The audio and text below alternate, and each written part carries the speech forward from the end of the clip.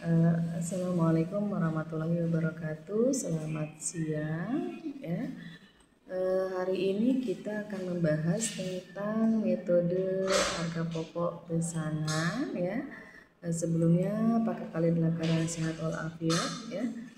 Semoga semuanya dalam keadaan sehat walafiat ya. Kita di sini akan menjelaskan tentang metode pengumpulan biaya produksi ya, metode harga pokok pesanan, menjelaskan akuntansi untuk harga pesanan dari sampai ke menerapkan perhitungan harga pokok berdasarkan aktivitas mengenai harga pokok pesanan ya. Tujuan kita menggunakan metode harga pokok pesanan di sini adalah tujuan metode pengumpulan biaya produksi ya, menggunakan metode harga pokok pesanan, menggunakan harga pokok proses, menggunakan harga pokok hibrid, menggunakan metode harga pokok berkelas ya. Dan nanti mana yang akan digunakan dalam menggunakan metode harga pokok pesanan? Di antara metode 4 ini ya, ada beberapa hal yang harus kita perhatikan. Nah, nanti kita bahas di belakangnya ya. Untuk menghitung harga pokok pesanan itu adalah bahan baku ditambah biaya tenaga kerja ditambah dengan BOP dibagi dengan berapa pesanan yang akan kita terima ya. Nah, harga pokok itu setelah produksi selesai kerjakan ya. Terus biaya produksi beban kepesanan menggunakan normal costing ya dan lain sebagainya. Nah, di sini ada beberapa contoh untuk menggunakan metode harga pokok pesanan ya. Contohnya di sini adalah bahan baku yang digunakan adalah 2000, tenaga kerja adalah 2400, BOP-nya adalah 1200, unit yang diinginkan dalam pesanan ini adalah 100 unit. Bagaimana cara perhitungannya ya? Harga pokok pesanan itu dibuat pada saat kita menggunakan ada pesanan. Kalau tidak ada pesanan kita tidak buat. Kenapa? Karena dia sifatnya terputus. Kalau misalkan sudah selesai, kita akan melakukan lagi tentang pesanan baru lagi. Nah, kita buat lagi metode harga pokok pesanannya. Nah, di sini contoh dari sini kita dapat menentukan berapa harga per unitnya apabila dilakukan pesanan adalah 100 unit ya. 100 unit. Nah, di sini misalkan ada bahan bakunya tadi ditentukan 2000, tenaga kerjanya 2400, BOP-nya adalah 1200, maka total biaya produksinya adalah 5.600. Nah, harga pokok per unitnya pesanannya tadi adalah 100 unit dan total biayanya 5.600, maka harga persatuannya adalah 56 juta. Dari mana? 5.600 dibagi dengan 100 unit ya. Nah, metode harga pokok ini perhitungannya, metode harga pokok proses terapkan pada perusahaan menghasilkan produk bersifat standar atau homogen. Contohnya konveksi ya, kalau misalkan harga pokok produksi itu misalkan semen, karena semen itu akan terus diproduksi berapapun pesanan yang diterima. Harga pokok produk itu pada akhir periode akuntansi ya, itu harga pokok proses. Biaya produksi dibebankan ke produksi dengan menggunakan actual costing ya. Biaya produksi dikumpulkan dengan menggunakan laporan harga pokok produksi. Jadi untuk metode harga pokok produksi beda dengan metode harga pokok pesanan. Nah, di sini ada beberapa perbedaan antara metode harga pokok pesanan dengan metode pokok harga produksi. Kalau misalkan metode pembebaran biaya produksi ke produk untuk metode harga pokok pesanan itu adalah menggunakan normal costing. Kalau misalkan metode harga pokok proses menggunakan actual costing ya. Waktu perhitungan harga pokok setelah produk selesai dikerjakan pada akhir periode akuntansi. Kalau metode harga pokok produksi itu pada setiap akhir produk akuntansi. Aplikasinya kalau misalkan untuk pesanan itu heterogen, kalau misalkan untuk proses itu adalah homogen ya. Nah, contoh perusahaan untuk pesanan itu adalah contohnya adalah perabotan, kantor, akuntan dan lain sebagainya. Kenapa kantor akuntan atau pengacara dikatakan sebagai metode harga pokok pesanan? Karena kalau misalkan dia sudah selesai kasusnya ya, kita tidak ada lagi kasus yang lain. Makanya menunggu kasus ada yang lain lagi. Nah, itu dikatakan dimasukkan ke dalam metode harga pokok pesanan ya. Kalau semen ya, semen, konveksi, furniture itu dia akan memproduksi terus ya selama perusahaannya jalan ya. Mau ada pesanan tidak ada pesanan dia akan menghitung terus. Objek perhitungan harga pokok pesanan untuk setiap pesanan ya. Kalau misalkan untuk setiap proses itu ada proses, media pengumpulan biayanya itu menggunakan harga pokok pesanan, laporan harga pokok produksi ya.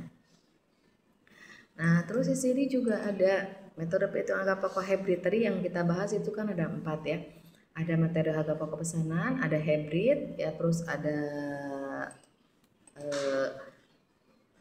metode block plus dan sebagainya. Nah, di sini itu ada perhitungan. Kalau hybrid itu dia metode harga pakai digunakan untuk perusahaan yang menghasilkan produk dengan menggunakan bahan baku yang berbeda tapi proses produk yang sama, seperti perusahaan pakaian, makanan dan sebagainya. Konveksi dibebankan ke produk dengan menggunakan tarif itu di muka. Nah, untuk proses metode hybrid ini ya, dia itu menggunakan bahan baku yang berbeda. Misalkan perusahaan pakaian. Nah, pakaian itu kan bukan hanya satu jenis ya. Dilihat itu ada berbagai macam jenis. Makanan kalian juga sama ya. Kalau misalkan di sini dikatakan harga pokok tadi hybrid ya. Terus ada juga yang dikatakan metode back costing ya. Kita akan untuk menggunakan just in time atau untuk persediaan, menggunakan konsep persediaan dan lain sebagainya ya. Nah, terus di sini juga ada.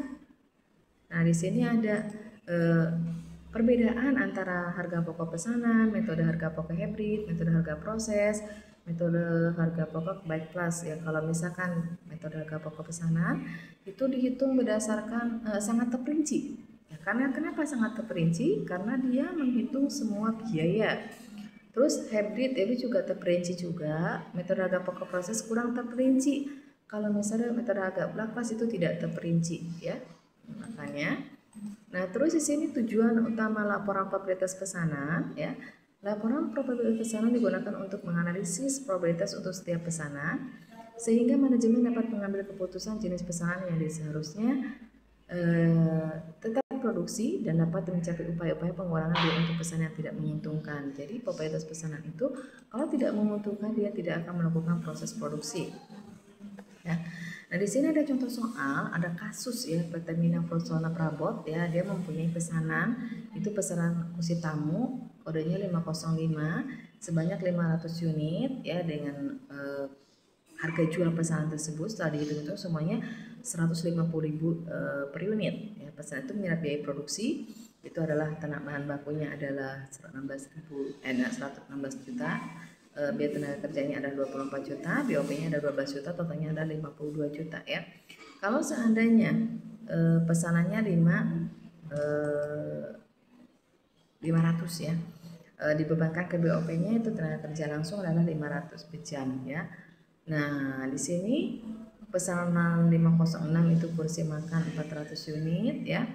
Terus meja hias adalah 100 unit, meja ranjang ada 200 unit, totalnya adalah untuk kursi makan adalah 100.000, meja hias adalah 400.000, ranjang adalah 300.000 ya.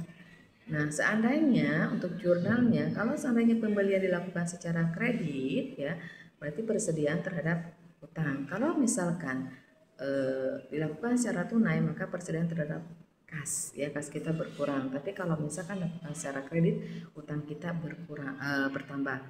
Untuk pemakaian bahan baku langsung, itu jurnalnya persediaan bahan baku terhadap persediaan bahan baku langsung ya.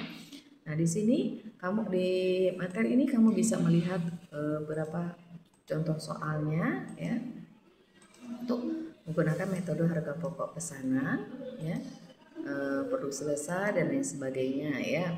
Nah, di sini bahan bakunya untuk kursi tamu 16 juta, totalnya ada 24 juta atau 52 juta ya. Biaya bulan November bahan bakunya 10 juta dan totalnya 13 juta. Total keseluruhan ada 52 juta dan 13 juta 65, produksinya ada 5 juta, maka total kreditnya adalah 130. Nah, di sini udah ada contohnya ya.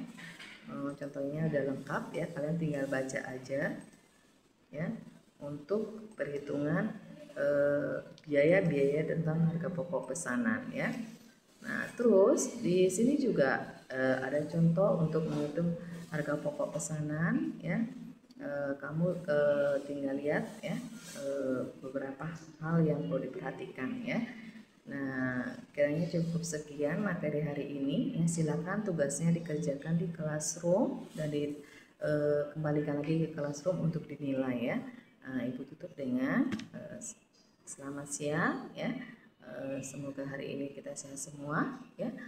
Itu dengan wassalamualaikum warahmatullahi wabarakatuh.